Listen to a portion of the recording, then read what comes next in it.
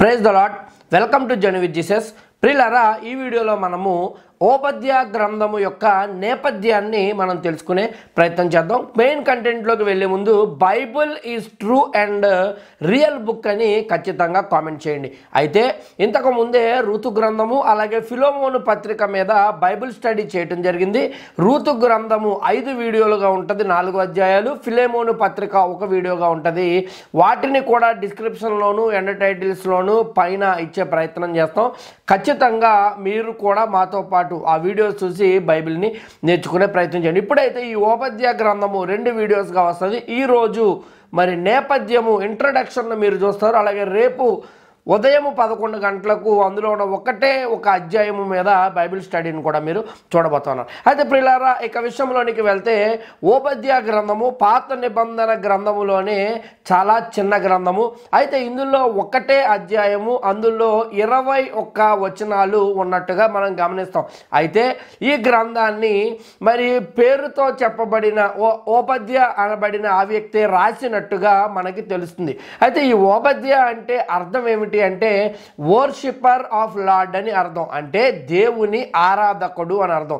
Servant of God అని కూడా అర్థం వస్తుంది. అంటే దేవుని సేవకుడు అన్న అర్థము కూడా ఉంటుంది. అయితే ఈ ఓబద్య గ్రంథం యొక్క నేపథ్యం ఉపోద్ఘతాన్ని గురించి కనుక మనము ఆలోచన చేసినట్లయితే ఇన్ని 2 భాగాలుగా దేవుడు రాయటం జరిగింది. అయితే ఉన్న ఈ ఒకటే అధ్యాయంలో మొదటి భాగము ఎదోమీయుల మీదకు రాబోతున్న తీర్పును గురించి దేవుడు రాశాడు. రెండవ భాగములో రెస్టోరేషన్ ఆఫ్ ఇజ్రాయెల్ అంటే ఇజ్రాయెల్ యొక్క పునరుద్ధరణ గురించి దేవుడు చెప్పటం జరిగింది. అయితే ప్రియులారా, ప్రాముఖ్యముగా ఈ గ్రంథము ఎదోమీయులకు రాబోతున్న తీర్పు, ఎదోమీయుల మీద దేవుని కోపము ఏ రకంగా రాబోతుందనే విషయము మీదే ఆ సెంట్రల్ కాంటెక్స్ట్లోనే ఇది రాయబడినట్టుగా మనం అర్థం చేసుకోవాలి.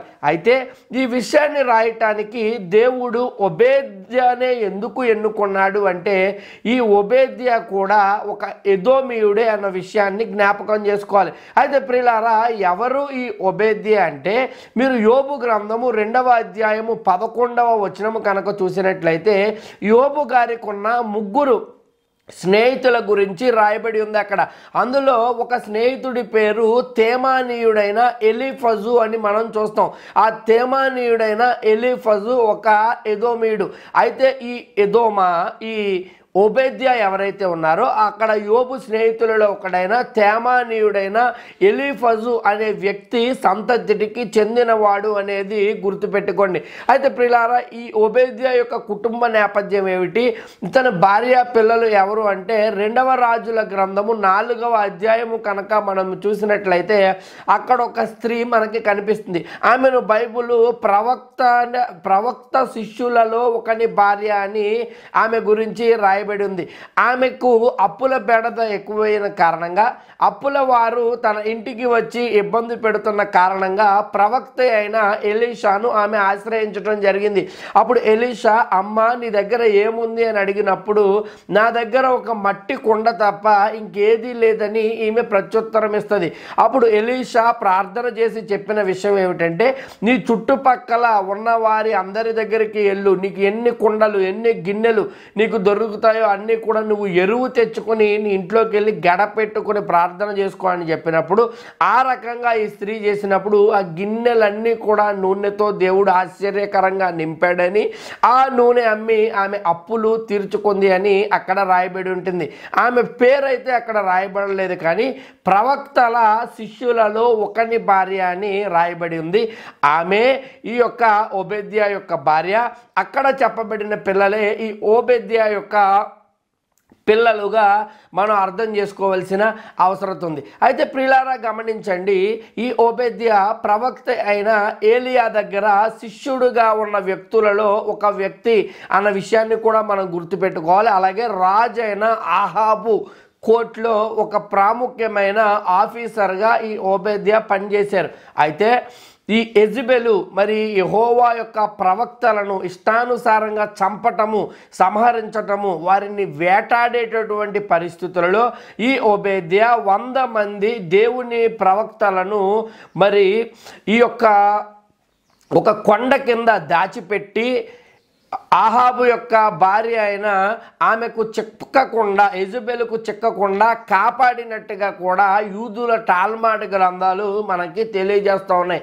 కాబట్టి ఈ ఓబేద్యా చాలా యోగ్యుడు, చాలా మంచి వ్యక్తిగా మనకి ఇక్కడ కనిపిస్తూ ఉన్నాడు. ఇది ఇతని యొక్క నేపథ్యం. అయితే బైబిల్ గ్రంథంలో కనుక మనం చూసినట్లయితే చాలామంది ప్రవక్తలు మరి మరణ శిక్షను అనుభవించారు. ఇంకా చెప్పాలంటే హతసాక్షులుగా చనిపోయిన వారిని కూడా చాలా మందిని చూస్తున్నాం. అయితే ఈ ఓబేద్యా యొక్క మరణాన్ని గురించి కనుక ఆలోచన చేసినట్లయితే చరిత్ర తెలియజేస్తూ ఉంది.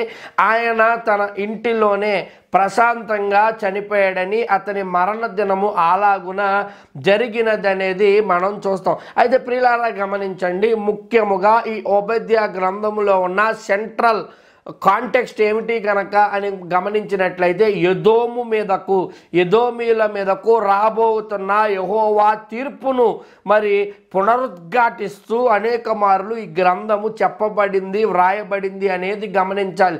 అయితే ఎదోమీయులు ఎవరు అంటే ఏశావు సంతతి వారిని ఎదోమీయులు అంటారు. ఈ ఎదోము ఎవరు అంటే ఏశావుకున్న మారు పేరే ఎదోముగా చెప్పబడింది. అయితే బ్యాక్ స్టోరీలోకి మనం వెళ్తే ఈ విషయము మీ అందరికీ తెలుసు. ఒకానొక రోజు ఏశావు తాను అలసిపోయి మరి పరిగెత్తుకుంటూ యాకోబు దగ్గరికి వచ్చినప్పుడు యాకోబు ఒక కలగూర వంటకమును వండుకుంటా ఉన్నాడు. అప్పుడు అయ్యా నాకు కూడా కొంచెము పెట్టు అని అడిగినప్పుడు యాకోబు నీ జ్యేష్ఠత్వాన్ని నాకు ఇస్తేనే నేను పెడతాను అన్న కండిషన్ పెట్టిన ఉదంతాన్ని అక్కడ మనం చూస్తాం. అక్కడ ఏశావు చెప్పిన మాట ఏమిటంటే, అరే నేను చచ్చిపోతుంటే నాకు ప్రాణానికే దిక్కులేని స్థితిలో ఉంటే ఈ జ్యేష్ఠత్వం నాకెందుకు, అది నీకే ఇచ్చేస్తాను పెట్టమని చెప్పినప్పుడు ఆ వంటకాన్ని తిని జ్యేష్ఠత్వాన్ని కోల్పోయిన ఏశావు అక్కడ మనకి కనిపిస్తాడు. అయితే ప్రియులారా గమనించండి, ఆ సందర్భంలోని ఒక మాటను నేను చదివి వినిపిస్తాను. ఆదికాండము 25వ అధ్యాయము 29, 30 వచనాలు చదువుతా ఉన్నాను. ఆదికాండం 25, 29, 30. ఒకనాడు యాకోబు కలగూర వంటకము వండుకొనుచుండగా ఏశావు అలసిన వాడై పొలములో నుండి వచ్చి, నేను అలసి ఉన్నాను, ఆ ఎర్రగానున్న దానిలో కొంచెము దయచేసి నాకు పెట్టుమని అడిగాను. అందుచేత అతని పేరు ఎదోము అనబడెను. ప్రియులారా చూశారు కదా, ఎదోము అన్న పేరు ఎందుకు ఏశావుకు వచ్చిందో కూడా అక్కడ రాయబడింది.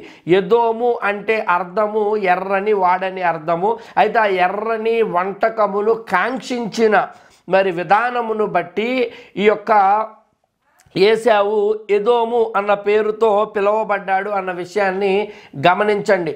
అయితే మీరు కనుక చూసినట్లయితే ఈ ఓబద్యా గ్రంథాన్ని ప్రవక్త అయిన ఓబద్యా రాసిన కాలాన్ని కనుక మనం చూసినట్లయితే 840 నుండి 860 BC మధ్యన ఈ యొక్క మాటలను ఓబద్యా రాస్తూ ఉన్నారు. అయితే ఈ యాకోబు అలాగే ఏశావుల యొక్క స్టోరీ ఎప్పుడు జరిగింది అని కనుక మనము ఆలోచన చేసినట్లయితే 1000 సంవత్సరాల క్రింద అది జరిగినట్టుగా మనం చూస్తూ ఉన్నాం. అయితే ఈ ఏశావు మరి అంత సులువుగా ఎందుకు జ్యేష్ఠత్వాన్ని వదులుకున్నాడు? కేవలం ఒక పూట కూటి కోసమే వదులుకున్నాడని బైబిల్ తెలియజేస్తోంది కదా. అంత తొందరపడాల్సిన అవసరత ఏమొచ్చింది అంటే మరి బుక్ ఆఫ్ యాషారు గ్రంథంలో ఒక ఆసక్తికరమైన సన్నివేశము రాయబడి ఉంది. ఈ ఏశావు అట్లా చేయటానికి గల కారణము అక్కడ వివరించబడి ఉంది. ఏశావు రాజైన నిమ్రోదును చంపేయటం జరిగింది. నిమ్రోదును చంపేసిన తర్వాత నిమ్రోదు యొక్క మనుష్యుల నుండి తప్పించుకొని పారిపోయి మన ఏశావు మరి పరిగెత్తుకుని చాలా రోజులు ప్రయాణం చేసి మరి ఆకలి దప్పికలతో పరిగెత్తుకుని పారిపోయి రావటం జరిగింది. అతడు రావటమే సరాసరి యాకోబు దగ్గరకు అతడు వచ్చేసాడు. అయితే యాకోబు దగ్గరకు వచ్చి అప్పుడు మరి ఆ వంటకాన్ని పెట్టమని అడిగినప్పుడు యాకోబు జ్యేష్ఠత్వం కండిషన్ని పెట్టారు. అందుకే అక్కడ ఏశావు క్లియర్గా చెప్తారు బైబిల్లో మనం చూసినట్లయితే, బాబు నేను చచ్చిపోయేటట్టున్నాను, అలసిపోయి ఉన్నాను, నేను ఇప్పుడు ఇంక ప్రాణం వెళ్ళిపోయేటట్టుంది, జ్యేష్ఠత్వం నాకు ముఖ్యమని అట్లా చనిపోయేటటువంటి అంత ఆ దశలో మరి అతడు జ్యేష్ఠత్వాన్ని అమ్ముకున్నట్టుగా మనకి కనిపిస్తుంది. అయితే 1800 బీసీలో ఈ కథ జరిగింది. 850 బీసీలో ఓబద్యా ఈ గ్రంథాన్ని రాస్తా ఉన్నాడు. 1000 సంవత్సరాల పైన గడిచిపోయింది.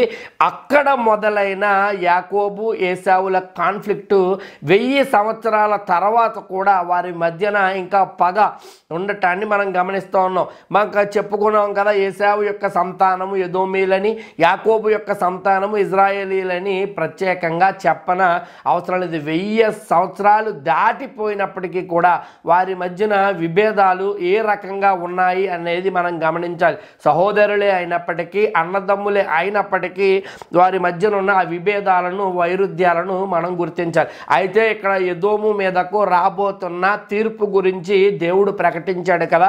ఈ ఎదోమీయులను దేవుడు ఎందుకు అసహ్యించుకుంటా ఉన్నాడు? వీరంటే దేవుడికి ఎందుకు ఇష్టం లేదు? వీరిపైకి తీర్పును తీసుకొని రావాలని దేవుడు ఎందుకు ఆలోచన చేస్తూ ఉన్నాడు అనేది కనుక మనం గమనించినట్లయితే దీనికి చాలా కారణాలు ఉన్నాయి. కానీ 2 ప్రాముఖ్యమైన కారణాలను నేను మీకు తెలియజేస్తాను. ఈ ఎదోమీయులు ఇజ్రాయేలీల పక్షముగా వ్యవహరించిన తీరును బట్టి దేవుడు వీరి మీద కోపముగా ఉన్నట్లుగా మనం అర్థం చేసుకోవాలి.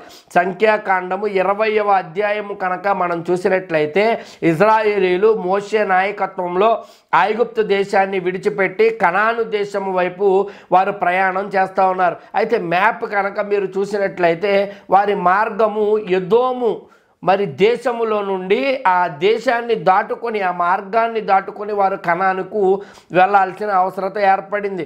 అప్పుడు మోషే ఎదోము రాజుకు ఒక సందేశాన్ని పంపిస్తాడు. అయ్యా, మరి మేమందరం కూడా ఐగుప్తులో చాలా ఇబ్బంది పడ్డాం, ఆ సంగతి నీకు తెలుసు. మేము ఎవరమో కాదు, యాకోబు సంతానము మేమైతే, ఏశావు సంతానము మీరు, మీ సహోదరులమే. మరి ఈ మార్గములో వెళ్ళటకు, మీ రాజవీధులలో మేము నడుచుకొని పోవుటకు, మీ దేశములో నుండి వెళ్ళుటకు మాకు పర్మిషన్ ఇవ్వండి. మీ ద్రాక్ష తోటలను అయితేనేంటి, మీ చేలను అయితేనేమిటి, వాటిలో పడి మేము నడవము, వాటిలో వేటిని కూడా మేము పాడు చేయము అని వర్తమానము పంపినప్పుడు ఎదోము రాజు కుదరదని చెప్తాడు.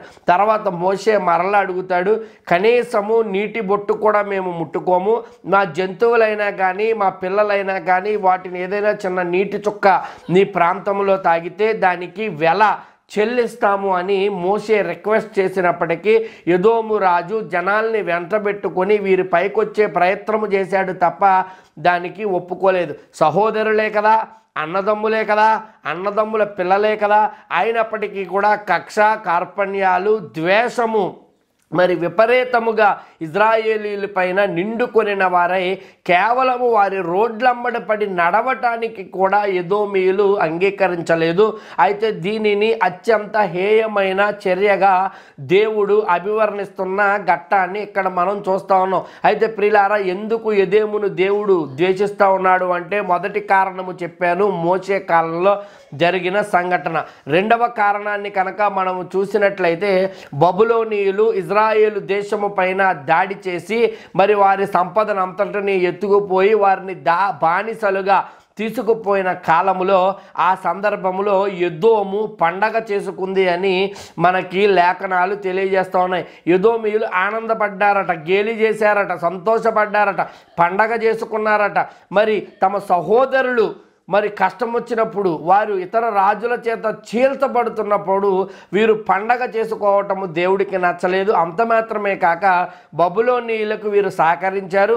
వారు వెళ్ళిపోయిన తర్వాత మిగతా ప్రదేశాన్ని, వస్తువులను ఈ ఎదోమీయులు దోచుకోవటం జరిగింది. కాబట్టి వారి సొంత సహోదరులే అయినప్పటికీ 1000 సంవత్సరాలు దాటినా కక్ష, కార్పణ్యాలు, ద్వేషాలను విడిచిపెట్టని కారణముగా దేవుడు మరి వారి మీదకి శిక్ష రాబోతున్నదని ప్రకటిస్తూ ఉన్నాడు. మొదటి కారణము మోషే సమయంలో దేశము గుండా వారిని వెళ్ళనివ్వలేదు. రెండవది ఇజ్రాయేలీలు బబులోనీయులకు పట్టబడినప్పుడు పండగ చేసుకుని వారితో పాటు వీరును ఇజ్రాయేలును దోచుకునే ప్రయత్నం చేశారు. కాబట్టి ప్రియులారా, ఈ 2 ప్రాముఖ్యమైన కారణాలు ఎదోము మీదకు తీర్పు రూపములో, శిక్ష రూపంలో రాబోతా ఉన్నాయని దేవుడు ప్రకటిస్తున్న ఘట్టాన్ని మనం గమనించాలి. ఇదే దీని యొక్క సెంట్రల్ పాయింట్గా ఓబద్యా గ్రంథానికి ఉన్నది అనేది తెలుసుకోండి. అయితే ఒక మాట నేను చదువుతా ఉన్నాను ఓబద్యా గ్రంథం నుండి. ఓబద్యా గ్రంథము 1వ అధ్యాయము 12వ వచనము చదువుతా ఉన్నాను. ఓబద్యా గ్రంథము అందులో 1వ అధ్యాయంలోని 12వ వచనం. నీ సహోదరుని శ్రమానుభవ దినము చూచి నీవు ఆనందమొంద తగదు. యోధావారి నాశన దినమున వారి స్థితిని చూచి నీవు సంతోషపడ తగదు. ఇక్కడ చూడండి, సహోదరుడు పాడైపోతుంటే నువ్వు ఆనందపడ తగదు. నీ యోధావారి శ్రమ దినమున వారి స్థితిని చూసి నువ్వు సంతోషింపక తగదు అని ఓబద్యా ద్వారా మరి ఎదోమీలకు దేవుడు తీర్పు రాబోతున్న ఘట్టములోని కారణాన్ని ఇక్కడ వివరిస్తూ ఉన్నాడు. ఆ సందర్భాన్ని నేను మీకు తెలియచేయటం జరిగింది. కాబట్టి ప్రియులారా గమనించండి, క్రైస్తవులుగా ఉన్న మనందరము కూడా ఏమాత్రము రాగద్వేషాలకు మరి వేరై ఉండాలి. కక్ష కార్పణ్యాలు అనేవి మనకు ఉండకూడదు. మరి ముఖ్యముగా మనము దేవుని సంఘములో అనేక మందితో కలిసి ఆ దేవదేవుణ్ణి ఆరాధించే ప్రయత్నం చేస్తాం. అయితే మన చుట్టుపక్కల ఉన్నవారు, సంఘములలో ఉన్నవారు మనకి సహోదరుల లాంటి వారు. ఆ సహోదరులను మనము ప్రేమించాలి తప్ప వారిని ద్వేషించే ప్రయత్నం చేయకూడదు. నేటి కాలంలో కనుక మనం చూసినట్లయితే సంఘములో అనేక మంది ఒకటే సంఘానికి వెళ్తున్నప్పటికీ, ఒకటే రూఫ్ నీడన దేవుణ్ణి ఆరాధిస్తున్నప్పటికీ ఈ చెల్లెమ్మకు ఆ అక్కయ్యకు పడదు, ఈ అన్నయ్యకు ఆ తమ్ముడికి పడదు. కుటుంబాల మధ్యన విద్వేషాలతో మరి వారు మనసులో ఒకరికొకరు వేరైపోయిన సందర్భాలు చర్చిలలో మనం చూస్తూ ఉన్నాం. అట్లా చేయకూడదండి. నీ సహోదరుని ప్రేమించాలి. అందుకని ఎదోము గురించి దేవుడు నేరారోపణ చేస్తూ ఉన్నాడు. నీ సహోదరుని శ్రమానుభవ దినమును చూచి నీవు ఆనందించకూడదు. యోధావారి నాశన దినమున వారి స్థితి చూసి నీవు సంతోషపడకూడదు. కాబట్టి మన తోటి సహోదరులందరూ కూడా అభివృద్ధి చెందాలని కోరుకోవాలి. వారి సమస్యను నీ సమస్యగా భావించి వారి కోసము భారముగా ప్రార్థన చేసే ప్రయత్నం చేయాలి. అయితే ప్రియులారా, ఇది ఎదోమునకు రాబోతున్న తీర్పును గురించి దేవుడు ఎంత స్పష్టంగా ఇక్కడ మాట్లాడుతూ ఉన్నాడో దీని నేపథ్యం ఏమిటో కూడా క్లియర్ కట్గా మనకి ఇక్కడ అర్థమవుతుంది. ఇంకొక మాట చదువుతూ ఉన్నాను కొత్త నిబంధన గ్రంథములో నుండి. గలతీయులకు పౌలు రాసిన పత్రిక 5వ అధ్యాయము 17వ వచనం చదువుతాను. గలతీ 5:17. శరీరము ఆత్మకును, ఆత్మ శరీరముకును విరోధముగా ఆపేక్షించును. ఇవి ఒకదానినొకటి వ్యతిరేకముగా ఉన్నవి కనుక మీరేవి చేయ నిశ్చయింతురో వాటిని చేయకుందురు. అయితే మనం చాలా విషయాలు చేయాలని ఆలోచించుకుంటాం కదా. మరి రేపటి నుంచి రోజు బైబిల్ చదవాలని కోరిక మనకు ఉంటుంది. రేపటి నుంచే ఉదయాన్నే లేచి దేవుడికి ఆరాధించాలన్న ఆలోచన మనం కలిగి ఉంటాం. కానీ ఏ సత్క్రియ చేయాలన్నా, మంచి కార్యం చేయాలన్నా మనం చేయలేకపోతాం. దానికి కారణం ఏమిటంటే శరీరము, ఆత్మ అనేవి రెండు మనలో ప్రాముఖ్యంగా కనిపిస్తూ ఉన్నాయి. ఇవి ఒకదానికి ఒకటి విరోధముగా పనిచేస్తూ ఉన్నాయంట. శరీరము ఒకటి చేయమంటే ఆత్మ ఇంకొకటి చేయమంటుంది. ఆత్మ మంచి కార్యాలు చేయాలని తహతహలాడుతూ ఉంటుంది, తాపత్రయపడుతూ ఉంటుంది. అయ్యో నన్ను వీడు లోపల బంధించుంచాడు, దేవుణ్ణి ఆరాధిస్తేనే మరి స్తుతిస్తేనే నాకు క్షేమమని ఆత్మ పరితపిస్తూ ఉంటే, పైనున్న శరీరం మాత్రం ఇంకొంతసేపు పడుకో, ఇంకొంచెం మంచి బిర్యానీ తిను, ఇంకొంచెం ఆనందించు, రెస్ట్ తీసుకొని ఈ రకంగా విరోధముగా పోరాడుతుంది. అయితే ఇక్కడ మనము చెప్పుకున్న ఈ కథలో ఏశావు శరీరానికి సాదృశ్యంగా ఉన్నాడు, యాకోబు ఆత్మకు సాదృశ్యంగా ఉన్న విషయాన్ని గమనించండి. అయితే ఆత్మానుసారులైన వారిని దేవుడు ఎన్నుకుంటాడు. అందుకనే ఏశావును ద్వేషించి తిని, యాకోబును ప్రేమించి తిని అని దేవుడు చెప్పిన ఆ సంఘటనను మనం గుర్తు చేసుకోవాల్సిన అవసరం ఉంది. ఇప్పుడు చాలామంది ఏమని అనుకుంటారండి, డబ్బులు సంపాదిస్తేనే దీవించబడినట్టు అనుకుంటారు, ఆస్తులు ఉంటేనే ఆశీర్వదించబడినట్టు అని భ్రమపడుతూ ఉంటారు.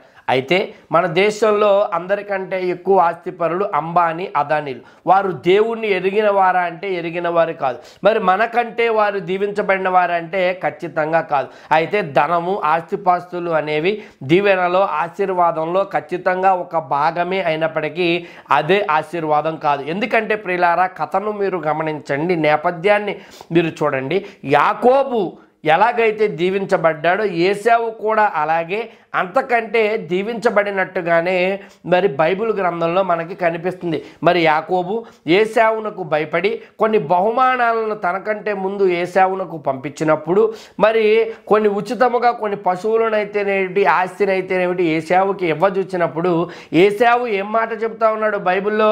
నాకే చాలా ఉంది, నాకు అవసరం లేదు, నువ్వే ఉంచుకో అని చెప్తాడు. దాన్ని బట్టి ఏమర్థమవుతుంది? ఏశావు కూడా ధనవంతుడే, ఏశావు కూడా బహుగా దీవించబడ్డాడు. అయితే ఈ లోకంలో ఉన్న ఆస్తిపాస్తులను చూసో, ధనాన్ని చూసో, బంగారాన్ని చూసో నీ ఆశీర్వాదాన్ని అంచనా వేసే ప్రయత్నము ఎంత మాత్రము చేయకు. ఏశావు శరీరానికి సాదృశ్యంగా, యాకోబు ఆత్మకు సాదృశ్యంగా క్రిస్టల్ క్లియర్గా మనకి ఈ కథలో కనపడతా ఉన్నారు.